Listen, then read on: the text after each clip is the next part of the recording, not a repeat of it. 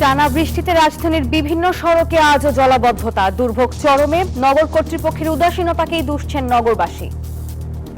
প্রতি বছরের মানিয়ে তোলা যাইতেছে, মানে মুক্তভোগী হইতেছে, অনেক গার্মেন্টসের অনেক মাল সামনে ক্ষতিপূরণ হইতেছে। বড় বড় বিল্ডিং করে যে নিচের যে ড্রেনটা আছে পুরা ড্রেন জাম করা।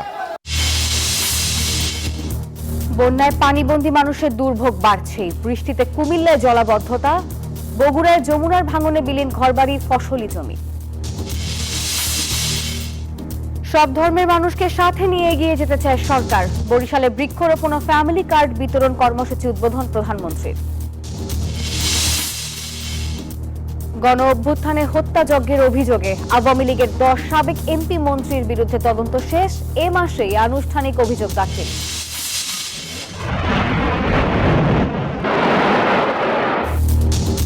ফের উত্তপ্ত মধ্যপ্রাচ্য। ইরানের বিভিন্ন শহরে যুক্তরাষ্ট্রের হামলা, উপসাগরীয় 4 দেশে মার্কিন ঘাঁটিতে পাল্টা আঘাত তেহরানের।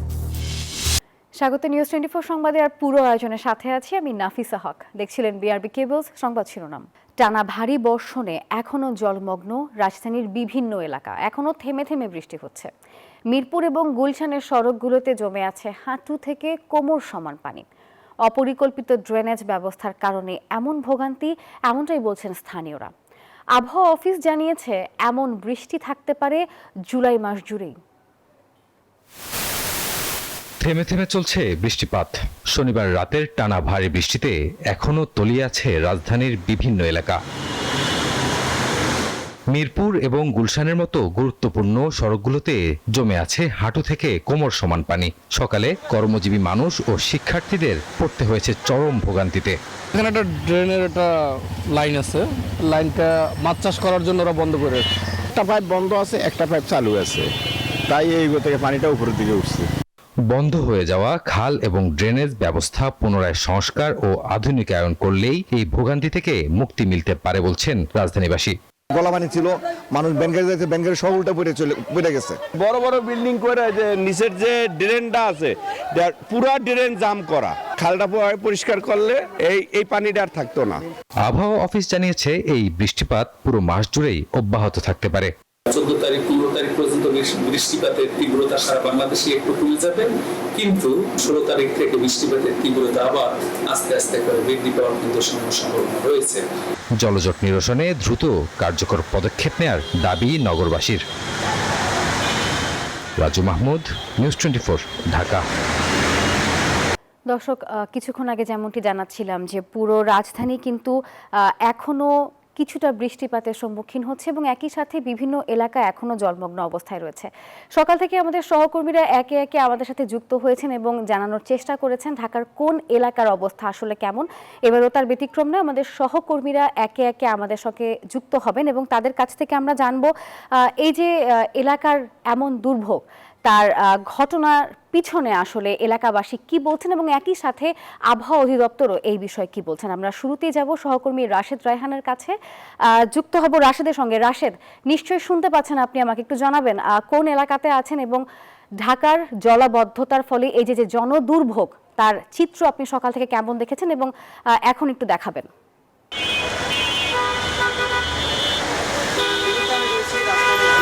এবং কিছুক্ষণ আগে ধানমন্ডি ফার্মগেট সহ বিভিন্ন এলাকা ঘুরে আসলে দেখেছি যে জলাবদ্ধতার অবস্থা যেটি গতকাল থেকে আসলে বেশ ব্যাপক পর্যায়ে পৌঁছেছিল, যে কারণে জনভোগান্তি অনেকটা বেড়ে গেছিল।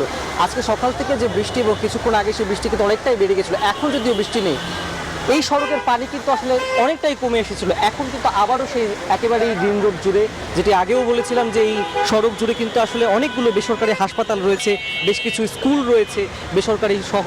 সেই অফিসগামী মানুষ থেকে যারা রোগী রয়েছেন তারা থেকে স্কুলের শিশুরা থেকে সবাই কিন্তু আবারও আসলে বিপাকে পড়েছে। সকালে যখন আমি এখান থেকে লাইভ দিয়েছিলাম তখন কিন্তু পানি আসলে প্রায় কমে গিয়েছিল। আমরা দেখছিলাম যে সিটি কর্পোরেশনের লোক যারা রয়েছে তারা আসলে কাজ করছিল, এখানের পানি কিন্তু ম্যানহোল থেকে আসলে অনেকটাই নেমে যাচ্ছিল এবং আবারও বৃষ্টিপাতের ফলে কিন্তু এই কিছু সময়ের মধ্যে 1 ঘন্টার মধ্যেই বলা যায় আসলে আবারও একেবারে হাঁটু সমান জল কিন্তু হয়ে গেছে। প্রতিটি গাড়ি কিন্তু একেবারে অর্ধেক পর্যন্ত ডুবে যাচ্ছে। যাতায়াত কিন্তু আসলে পায়ে হেঁটে করাটা অনেকটাই মুশকিল হয়ে যাচ্ছে। কোথাও ম্যানহোল আছে কিনা, কোথাও গর্ত আছে কিনা সেটা কিন্তু বোঝা আসলে অনেকটাই আসলে কঠিন হয়ে গিয়েছে।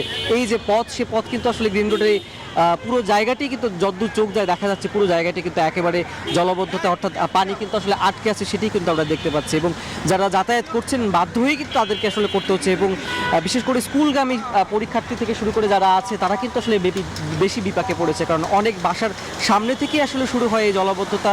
সেটি শুরু হয়ে কিন্তু তাদেরকে আসলে সেই পানি ভাঙেই কিন্তু আসলে যাতায়াত শুরু করতে হয়, আসতে হয়। সেটি থেকে শুরু করে কিন্তু সেই পথ ভাঙে এই পানির মধ্যে দিয়ে কিন্তু এসে তারপরে তাদেরকে যে অফিস বলুন বা স্কুল বলুন সেখানে কিন্তু পৌঁছতে। আমরা এই মুহূর্তে একটি অ্যাম্বুলেন্স দেখতে পাচ্ছি। এই ধরনের জরুরি সেবাগুলো যে প্রতিষ্ঠানগুলো রয়েছে তারাও কিন্তু আসলে বিপাকে পড়েন। অ্যাম্বুলেন্স থেকে শুরু করে যত ধরনের আসলে সমস্যা হচ্ছে সবাইকে চলে ভুগছেন, এখনও কিন্তু জলবদ্ধতা ভোগাচ্ছে। রাজধানীর আরও বিভিন্ন জায়গায় এরকম সমস্যা হচ্ছে। এই মুহূর্তে আমার সহকর্মী ইমন রয়েছে নিউ মার্কেটে। ইমন, জানাবেন সেখানে আসলে জলবদ্ধতায় কী অবস্থা, সেখানে বিদ্যুৎ সংযোগ আছে কিনা, ব্যবসায়ীরা আসলে কিভাবে কাজ করতে পারছে কিনা, জলবদ্ধতার কী অবস্থা জানাবেন।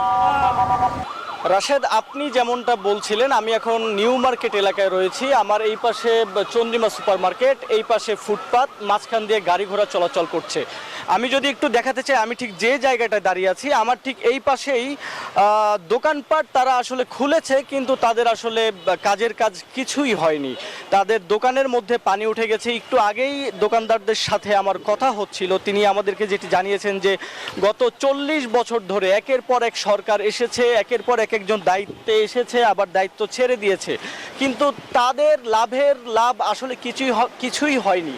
যদি সামান্য পরিমাণ বৃষ্টি হয়, যেমন গতকাল রাত থেকে বৃষ্টি হচ্ছে, মাঝে বৃষ্টি কমেছিল, সকালে অল্প কিছু বৃষ্টি হওয়ার ফলে নিউ মার্কেট এলাকা কিন্তু এখন হাঁটু পানির নিচে। যেমনটা আপনি দেখতেছিলেন যে আসলে এখানকার দোকানদার যারা আছে তারা ঠিকই দোকান খুলছে, কিন্তু তাদের ব্যবসা বাণিজ্য সকাল থেকে একটা কাস্টমারও তারা পাননি বলে আমাদেরকে জানিয়েছেন।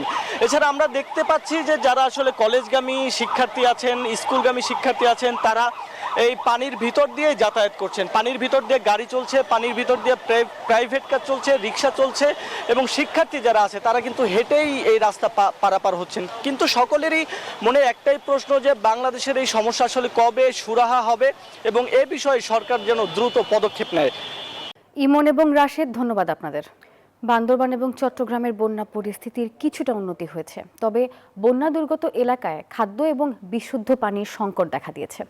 বান্দরবান শহরে অফিস, ঘরবাড়ি, দোকানপাট থেকে বানের পানি নেমেছে, তবে বিভিন্ন খাল, ঝিরির পাশে এবং নিম্নাঞ্চলে এখনও হাঁটু পানি রয়েছে।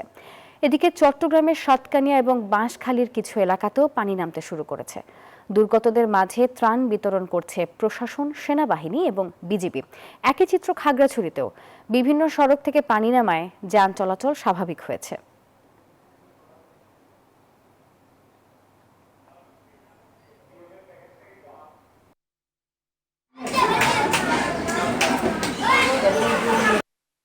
গতকাল রাত্রে আনন্দা থেকে এবং অত্র এলাকা থেকে পানি নেমে গেছে, এবং আশেপাশের মানুষ যে কষ্টে ছিল তার থেকে এখন আরো বেশি কষ্ট হয়ে গেছে। প্রায় জায়গায় আপনার এই ময়লা আবর্জনাগুলো জমে যদি থাকে তাহলে নানান ধরনের পানিবাহিত রোগ, যেমন চর্মরোগ, কলেরা, টাইফয়েড, এই মহামারীর মতো রোগ হওয়ার সম্ভাবনা থাকে। রাস্তাঘাটগুলো পৌরসভা থেকে পরিষ্কার করে দেওয়ালে একটু ভালো হইব। দর্শক, আমরা এ নিয়ে আরো খবরাখবর জানবো। একে একে আমাদের সহকর্মীরা আমাদের সঙ্গে যুক্ত হবেন। প্রথমেই যাব সহকর্মী নাইমাল জিকো, তিনি রয়েছেন কক্সবাজারের পেকুয়ায়। জিকো, জানাবেন, কিছুক্ষণ আগে আমরা চট্টগ্রামের অবস্থা দেখছিলাম, কক্সবাজারের কেমন অবস্থা আপনি দেখছেন? পানি নামতে শুরু করেছে কিনা, আর বানভাসীরা কি ত্রাণ সহায়তা পেয়েছেন কিনা ইতোমধ্যে? ধন্যবাদ আপনাকে। যেমনটি বলছিলেন যে আমি কিন্তু এই মুহূর্তে কক্সবাজারের পেকুয়া উপজেলার নন্দীরপাড়া গ্রামে রয়েছি, এবং এই গ্রামের শেষ অংশের দিকে কিন্তু এখন পর্যন্ত কোমর থেকে শুরু করে বুক পরিমাণ পানিতে মানুষ আসলে ডুবে রয়েছেন, এবং এখানে যারা বাসিন্দা রয়েছেন তাদের ঘর বাড়িও কিন্তু এখন পর্যন্ত পানির নিচে তলিয়ে আছে। এখানে তারা যেটি অভিযোগ করছেন যে এখন পর্যন্ত তারা কিন্তু এখানে কোনো রকমের কোনো ত্রাণ সহায়তা পাননি। এখানে একজনের বাসায় আমরা ঢোকার চেষ্টা করব, দেখানোর চেষ্টা করব আসলে তাদের বাসার যেই বর্তমান দুরবস্থা, সেই দুরবস্থাটি দেখব এবং এই যেই চিত্রগুলো আসলে রেখে গেছে সেই চিত্রগুলো একটু আমরা দেখানোর চেষ্টা করব এবং বন্যার কারণে যেই ধ্বংস লীলা এখানে ঘটেছে সেই ধ্বংসের যেই চিত্রগুলো, দৃশ্যগুলো আছে সেই দৃশ্যগুলো আসলে এখানে উঠে আসবে। আশা করি তাহলেই বুঝতে পারবেন যে এখানে বাসার ভেতর পর্যন্ত কিন্তু কাদা এবং আমাদের পা পুরোপুরি কাদার নিচে তলিয়ে যাচ্ছে। এখানে যিনি বসবাস করেন বা করতেন তিনি এখন অন্যত্র, তার বাসাটি আসলে তিনি দেখতে এসেছেন। তার ঘরের অবস্থাটি দেখলেই বুঝতে পারবেন যে তার বাসার কোন পর্যন্ত, অর্থাৎ পানি কিন্তু তার চিহ্ন রেখে গেছে। এই যে জায়গাটি দেখছেন এই জায়গা অবধি কিন্তু ঘরটি তলিয়ে গিয়েছিল, তা ওনার যে খাটটি রয়েছে পুরোপুরি পানির নিচে ছিল। ভেতরে কিন্তু এখন পর্যন্ত যেই ওনার প্রয়োজনীয় জিনিসপত্র সেগুলো এখানে পড়ে আছে, কাপড় চোপড় যা ছিল সবই কিন্তু এই পানের জলে নষ্ট হয়েছে, ক্ষয়ক্ষতি হয়েছে অনেক। এবং এখানে ওনাদের যেই দুর্দশা সেটি আসলে বলছে যে এখানে রান্না করার তাদের কোনো অবস্থা নেই। ওনাদের সাথে একটু কথা বলবো যে কিভাবে আপনারা চলছেন, কিভাবে রান্না বান্না করছেন, খাচ্ছেন, কি কোনো সহযোগিতা কি এখন পর্যন্ত পেয়েছেন? দিয়ে জালতন বাত লইয়ারে আনিয়ারে খাই বাইসাগুন নানত ফাটা দিই গড় বাড়িয়ে বেশি অবস্থা বেড়া তারা দেশি আড়াইয়া হান্ডি বাটির হাট ফার্নিচার বেশি নষ্ট হয়ে গেছে। এখানে আপনারা কোনো সহযোগিতা পেয়েছেন? কেউ আসে ত্রাণ দিয়েছিল? দিয়েছিলাম দেখিয়া দে। জি, এমনটি শুনছিলেন যে এখানে এই এলাকাটি, এনাদের যে অভিযোগ সেটি কিন্তু এই এলাকার যে বাইরের অংশটি রয়েছে সামনের দিকের, সেখানেই শুধুমাত্র ত্রাণ সহযোগিতা দেয়া হচ্ছে বা যে পরিমাণ ত্রাণ আনা হচ্ছে সেটি কিন্তু এই পর্যন্তই সীমাবদ্ধ রাখা হয়েছে। তো এখন পর্যন্ত এই অংশটিতে কিন্তু কেউই ত্রাণ পাননি। নিজেদের যতটুকু সঞ্চয় ছিল সেটি দিয়েই কিন্তু নিজেদের পরিবারকে খাওয়ানোর ব্যবস্থা করছেন। তো এই ছিল এখন পর্যন্ত আমার কাছে এখানকার সবশেষ তথ্য। নাফিসা। জিকো, ধন্যবাদ আপনাকে। সাবধানে খবর সংগ্রহ করবেন। বগুড়ায় যমুনার ভাঙন অব্যাহত রয়েছে। গেল কয়েকদিনের ভাঙনে নদী গর্ভে বিলীন হয়েছে প্রায় শতাধিক বসতবাড়ি, ফসলি জমি, মসজিদ সহ বহু স্থাপনা। ভাঙন রোধে উদ্যোগ নেওয়া হয়েছে বলে জানিয়েছে পানি উন্নয়ন বোর্ড। সহকর্মী আব্দুস সালাম বাবুর রিপোর্টে থাকছে এ নিয়ে বিস্তারিত। যমুনার পানি কমতে শুরু করলেও বিপদ কাটেনি বগুড়ার চরাঞ্চল ও নদী পাড়ের মানুষের। দেখা দিয়েছে তীব্র ভাঙন, হুমকির মুখে বসতবাড়ি সহ ফসলি জমি। স্থানীয়রা জানান জুনে নদীগর্ভে হারিয়ে গেছে শতাধিক বসতভিটা। স্কুল বিলীন হওয়ায় বাঁধে টিনের ছাউনিতে চলছে পাঠদান। মেলা দিন হলে ভাঙ্গে আসছে ভাঙ্গিচ্ছে আনলে বাইরে ঘর নিয়ে চটি আবার আমরা ওই শহর তো ঢালা ওঠা এমরিতে ভাঙ্গিচ্ছে, ওমরে যাচ্ছে, আবার ওমরে ভাঙ্গিচ্ছে, আবার এমরে আসছে, এলে হওয়ার গিরে। এখন আমরা চাচ্ছি যে নদীটা যদি সরকার বান্ধা দেয় তাহলে আমাদের অনেক উপকার হবে। তীর সংরক্ষণে জরুরি ভিত্তিতে কাজ চলছে বলে জানিয়েছে পানি উন্নয়ন বোর্ড। কিছু কিছু জায়গা ভাঙন কবলিত আছে যেটা জনগুরুত্বপূর্ণ আমাদের কাছে। আমরা সেই জায়গায় জরুরি কাজের মধ্যে জিও ব্যাগ ডাম্পিং করে আমরা তীর প্রতিরক্ষার ব্যবস্থা করেছি এবং কাজ চলমান আছে। শুধু চরাঞ্চল নয়, জেলার সারিয়াকান্দি, সোনাতলা ও ধনুটের কিছু এলাকায় নদী তীরে ফাটল সহ ভাঙন দেখা দিয়েছে। আব্দুস সালাম বাবু, নিউজ 24, বগুড়া। সব ধর্মের মানুষকে সাথে নিয়ে দেশ পুনর্গঠন করতে চায় সরকার, বলেছেন প্রধানমন্ত্রী তারেক রহমান। আর এ সময় পরিবেশ রক্ষায় বৃক্ষরোপণ এবং পরিচ্ছন্নতা অভিযানে সবাইকে এগিয়ে আসার আহ্বানও জানান তিনি। বরিশালে বিভিন্ন কর্মসূচিতে এসব কথা জানিয়েছেন সরকার প্রধান। ইব্রাহিম আজনবীর ক্যামেরায় সাইফুল ইসলামের রিপোর্ট। সকালে গুলশানের বাসভবন থেকে সড়ক পথে বরিশালের উদ্দেশ্যে যাত্রা করেন প্রধানমন্ত্রী তারেক রহমান। পথে পথে দলীয় নেতাকর্মী ও সাধারণ মানুষের ভালোবাসায় সিক্ত হন তিনি। বরিশাল পৌঁছেই গৌরনদীর বাটাজোর ইউনিয়নের শরীকলে পুনঃখনন করা খালের পাড়ে বৃক্ষরোপণ কর্মসূচির উদ্বোধন করেন তিনি। প্রধানমন্ত্রী বলেন, দেশে যে পরিমাণ গাছ থাকার কথা সে পরিমাণ নেই। বৃক্ষরোপণের মাধ্যমে পরিবেশের ভারসাম্য বজায় রাখতে সবাইকে এগিয়ে আসার আহ্বান জানান তিনি। আমাদের যে পরিমাণ গাছ থাকা প্রয়োজন সেই পরিমাণ গাছ সারা বাংলাদেশে নেই এবং সেই কারণেই শহীদ জিয়া যে কর্মসূচিটি শুরু করেছিলেন দেশনেত্রী খালেদা জিয়া এই যে বৃক্ষরোপণ কর্মসূচি থেকে এগিয়ে নিয়ে গেছেন, আমরাও অনেকগুলো কর্মসূচির পাশাপাশি আমাদের এই কর্মসূচিটাকেও সারা দেশে আমরা এই কর্মসূচিটা চালু রাখতে চাই। পরে ফ্যামিলি কার্ডের উপকারভোগীদের সঙ্গে মত বিনিময় কর্মসূচিতে যোগ দেন তিনি। প্রধানমন্ত্রী বলেন, ধর্ম বর্ণ নির্বিশেষে সবাইকে সঙ্গে নিয়ে দেশ গঠন করতে চায় বিএনপি সরকার। আমরা দেশে সকলকে শান্তিতে নিয়ে চলতে চাই। দেশে আমরা সকল ধর্মের মানুষকে একসাথে নিয়ে শান্তিতে আমরা চলতে চাই। আমরা যদি ধৈর্যশীল হই, আমরা সকলে যদি ধৈর্য সহকারে চলি, তাহলে আমরা আমাদের এই দেশটাকে আমাদের প্রত্যাশিত দেশ হিসেবে গড়ে তুলতে পারবো। সরকার প্রধান জানান, নারীদের শিক্ষা ও অর্থনৈতিকভাবে স্বাবলম্বী করার জন্য ডিগ্রি পর্যন্ত বিনামূল্যে অধ্যয়নের সুযোগ নিশ্চিত করা হবে, আর মেধাবী শিক্ষার্থীদের দেয়া হবে উপবৃত্তি। সরকার গঠনের পর থেকেই নির্বাচনের আগে দেয়া ওয়াদাগুলো বাস্তবায়ন করতে সারা দেশে সফর করছেন প্রধানমন্ত্রী তারেক রহমান। তারই অংশ হিসেবে বরিশাল সফরে কয়েকটি কর্মসূচিতে অংশ নিয়ে প্রধানমন্ত্রী বললেন, আগামী 5 বছরে ফ্যামিলি কার্ড, কৃষক কার্ড সহ নানা প্রতিশ্রুতি বাস্তবায়নের মাধ্যমে জনগণের ভাগ্য উন্নয়ন করতে চায় বিএনপি সরকার। সাইফুল ইসলাম, নিউজ 24, গৌরনদী, বরিশাল। দর্শক, এই পর্যায়ে বরিশাল থেকে যুক্ত হবেন আমাদের সাথে সহকর্মী সাইফুল ইসলাম। সাইফুল, জানাবেন, আপনার পাঠানোর প্রতিবেদন দেখছিলাম, আজ প্রধানমন্ত্রীর আর কি কি কর্মসূচি রয়েছে? নাফিসা, এই মুহূর্তে কিন্তু প্রধানমন্ত্রী তারেক রহমান তিনি বরিশালের 30 গোডাউন এলাকার সাগরদী খালের দুপাশে যে বৃক্ষরোপণ কর্মসূচি, তিনি সেখানে এসে উপস্থিত হয়েছেন। এবং আমি একটু আমার ক্যামেরা পার্সনের মাধ্যমে যদি দেখাতে চাই, প্রধানমন্ত্রী তারেক রহমান তিনি কিন্তু হেঁটে হেঁটে আসছেন এই সাগরদী যে খাল পাড় দিয়ে, এবং তিনি এই কিছুক্ষণের মধ্যেই কিন্তু এখানে বৃক্ষরোপণ করবেন। এবং বিএনপি সরকার আগামী 5 বছরে 25 কোটি যে বৃক্ষরোপণ করতে চায়, তারই অংশ হিসেবে কিন্তু আজকে বরিশালে তিনি এটি নিয়ে 3টি স্থানে কিন্তু তিনি বৃক্ষরোপণ করছেন। এবং এই বৃক্ষরোপণ কর্মসূচিতে এখানে কিন্তু বরিশালের যারা স্থানীয় বিএনপি নেতাকর্মী তারা উপস্থিত রয়েছেন এবং তথ্যমন্ত্রী রয়েছেন।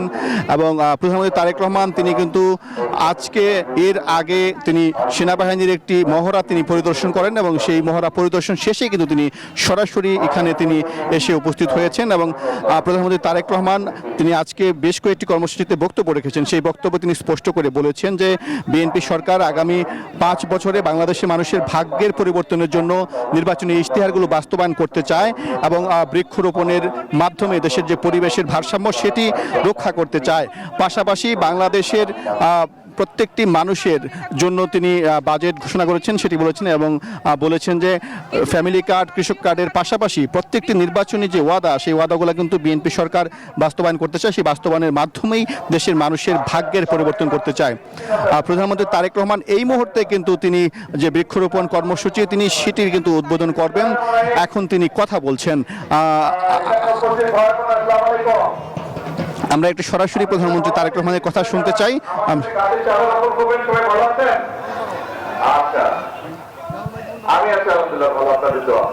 এখন আমরা এখানে আজকে খুব সম্ভবত প্রায় 350 মতন চারা রোপণ করবো এই খালের দুপাশে।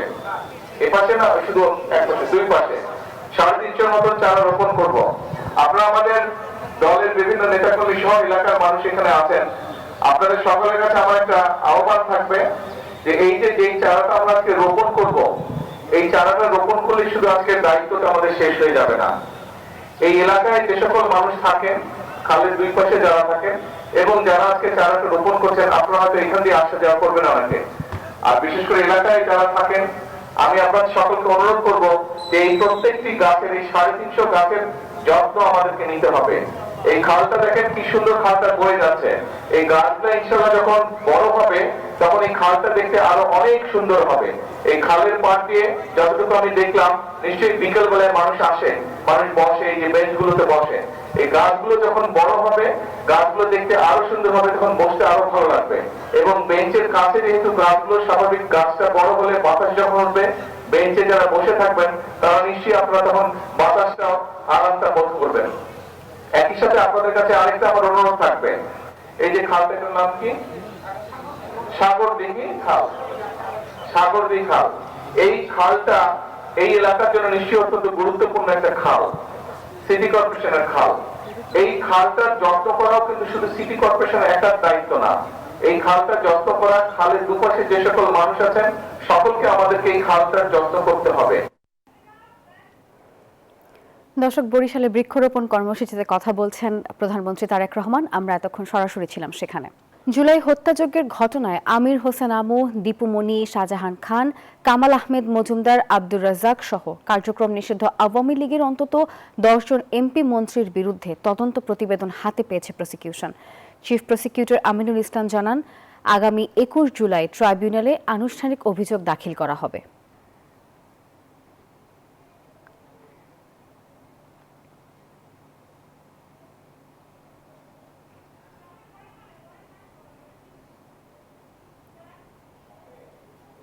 এক আগস্ট ঢাকার বয়স 416 বছর হবে। এদিনকে ঢাকা দিবস উদযাপনে 7 দিনের কর্মসূচি ঘোষণা করেছে ঢাকা দক্ষিণ সিটি কর্পোরেশন। সকালে নগর ভবনে প্রেস ব্রিফিংয়ে প্রশাসক আব্দুস সালাম বলেন, সপ্তাহব্যাপী আয়োজনের উদ্বোধন করবেন প্রধানমন্ত্রী তারেক রহমান। আর মূল অনুষ্ঠান হবে লালবাগ কেল্লায়। 1 আগস্ট সাইকেল র্যালি হবে, আর এরপর হবে ম্যারাথন। ঢাকার ইতিহাস ঐতিহ্য তুলে ধরা হবে এই আয়োজনে। এক প্রশ্নের জবাবে বলেন, ঢাকার জলাবদ্ধতা উত্তরাধিকার সূত্রে পাওয়া।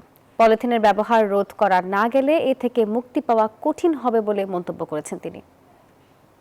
16 বছর পূর্তি হতে যাচ্ছে 1 আগস্ট। সেই 1 আগস্টটাকে আমরা উদযাপন করতে চাই, ইতিহাস থেকে আমরা শিক্ষা গ্রহণ করতে চাই এবং এই ঢাকা শহরটাকে আমরা একটা আধুনিক শহর হিসাবে রূপান্তরিত করতে চাই। চট্টগ্রাম, কক্সবাজার, ফেনী সহ বন্যা কবলিত 11টি জেলার সকল স্বাস্থ্যকর্মীর ছুটি বাতিল করা হয়েছে, জানিয়েছেন স্বাস্থ্যমন্ত্রী সরদার মোহাম্মদ সাখাওয়াত হোসেন। দুপুরে সচিবালয়ে সাংবাদিকদের এই কথা জানান তিনি। আর সেখানে জানান, প্রয়োজনীয় স্যালাইন, পানি শোধন বড়ি, সাপে কাটার ঔষধ, অ্যান্টিভেনম সহ সব যথেষ্ট মজুদ রয়েছে। বন্যায় চিকিৎসাজনিত কারণে কেউ মারা যায়নি উল্লেখ করে তিনি বলেন, চট্টগ্রাম সহ 8 জেলায় বন্যায় অর্থনীতি, স্বাস্থ্যসেবা বিঘ্নিত হচ্ছে। 2-1টি হাসপাতাল পানির নিচে তলিয়েও গিয়েছে। আরও জানিয়েছেন মন্ত্রী, 8 দিনের ব্যাপারে নেওয়া সিদ্ধান্ত থেকে এখনও সরে আসেনি সরকার।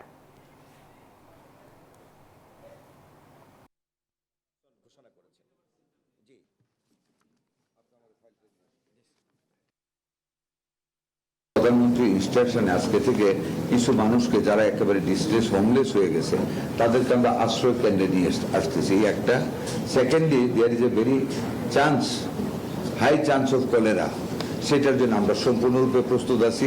ছুটি বাতিল until and unless the things are not settled, কারো কোনো ছুটি নেই। দর্শক, এই ছিল সংবাদের এখনকার আয়োজনে। ধন্যবাদ সবাইকে।